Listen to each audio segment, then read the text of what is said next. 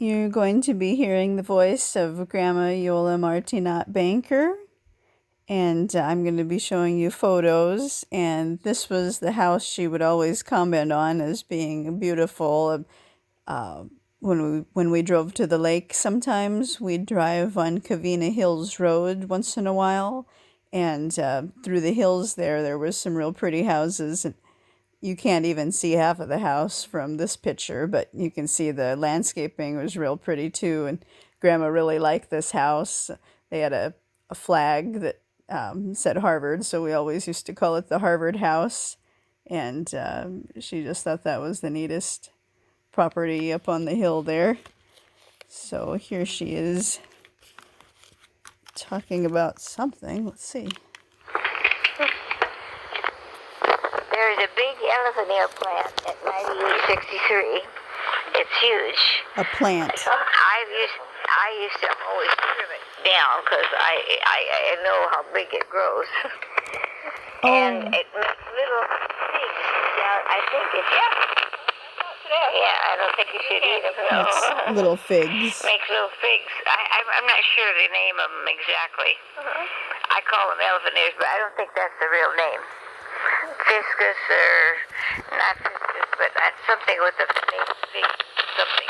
It's a big leaf. And I would imagine what she planted was maybe 9 inches long. My mom, she took a little Ida.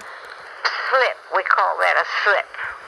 When you take some geranium or something and you plant it in the ground. She took it from another plant? Yeah, and it was growing on 7th Street. And apparently it was in between nobody living there. How do you cut it so it grows? You just... Well, you know where the buds are? Those little bump things? Yeah, those little bumps. Well, you cut it usually crossways like this, where the bump is, below the bump. Below the bump. So that the bump will make a root. Oh, so you don't take the root from the bottom. You just... No, you can. There's certain plants you can do that with. So you cut it just below the bud. Bud, yeah. And then at an angle. Yeah, and you plant it. Say it's 12 inches long. So you plant it in the ground, maybe 5 inches ground. So you've got a lot of buds, not just one. Yeah, but the buds are all...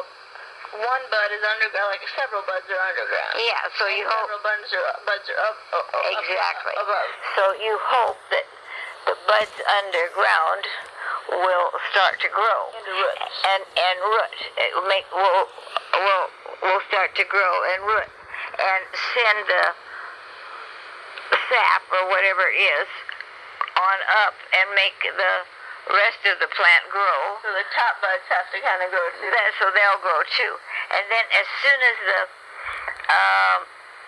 buds underground make roots, then the plant will start growing very rapidly. I can see it's huge now. Yeah. She just took a little tiny piece. A little tiny piece. And now it's going over the roof, and they've got to cut that off the roof, or we're going to have a new roof. Yeah. And I'm not in the point of having a new roof, since I just paid $8,000 for a new roof. Me neither. Do that all the time. My dad did all the cement work, and Bob and I and my dad did all the tile work. Where? In that house. And 9863. 9863, including building the pool. Gosh. And Grandpa made my dad Dante. made the driveway real smooth because we had visions of playing shuffleboard on it. So we could build all we got to do is put markings, and we play shuffleboard. I thought it looked awfully smooth and flat. I like shuffleboard. Yeah, well, Daddy made it real smooth so we could play shuffleboard. Good idea. Did he do the foundation too? Oh, everything. Everything. But not the walls and stuff, right? No, just everything that's got to do with cement. Yeah. And when we first moved there, we only made the driveway halfway because we were running out of money, I guess. I don't know. And then after a while, we put in the rest. Which half came first? To the garage from Kalita. 63, I mean the Clio. And he did the tiles too? Where are the tiles? The whole bathroom was made out of tile, including the bathtub's tile. Wow. The pink and the white That's a good idea. bathrooms. Hard to keep clean. Beautiful, I bet. Brown one. You have the tape home. Don't you I like that tape you used to pull and it had a thing to cut it. Okay, that's the end of that one there. Let's see, I think we did these flowers. That tree there is a Palo Verde tree, and the reason we got it is that Grandma Iole and me discovered the restaurant at the El Monte Airport, San Gabriel Valley Airport, and they had a little like planter area just when you go from the parking lot into the lobby area of the airport, and they had a couple of these trees there, and I didn't know what they were called, so I made a big research project out of researching it online and then calling different nurseries, because once I knew what it was, I had to find it, around here, and it's really common in the Southwest, like in the desert, because it's a desert tree. So it's common in Arizona, and not so much out here. It was a little bit harder to find one out here that was available, and so and I discovered there's two different types of them, like these long-leaved ones, which is the kind that Grandma liked that were at the airport.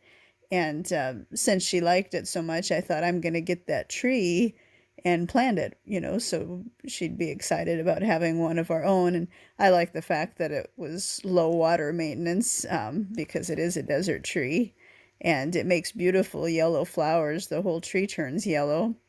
So, I called the San Gabriel Nursery and told them I'd like one, and they had to order it, I think from Arizona or somewhere over there, and they couldn't order it right away, but when they could, maybe every so often they put in orders, and so we got it, and it was very small when we got it, about not even my height, and a thin little trunk, and Grandma Iole sat out in the yard in a chair. This was before she was in the wheelchair, when she just had a walker, and so she sat out in a chair in the yard and watched me plant it. And Mom, Yolanda Ilani, was there too, and she helped a little bit, but I mean, really, I planted the thing. And I think was a good spot to plant it. It's got really big ever since, but it's too bad the last year that Grandma was here, it didn't really bloom quite so much, or maybe we missed the days that it was blooming, but it just seemed to not be blooming quite as much as it had. Maybe it was an off year that it wasn't blooming so much, so that was a little bit unfortunate. I wish it would have bloomed for her, the last year she was here, but anyways, well, you can see it blooming there a little bit. See how yellow it is. So this was 2019, I think, in June. So I guess it's just in 2020 that it didn't bloom so much, or I mean, I think it bloomed a little bit.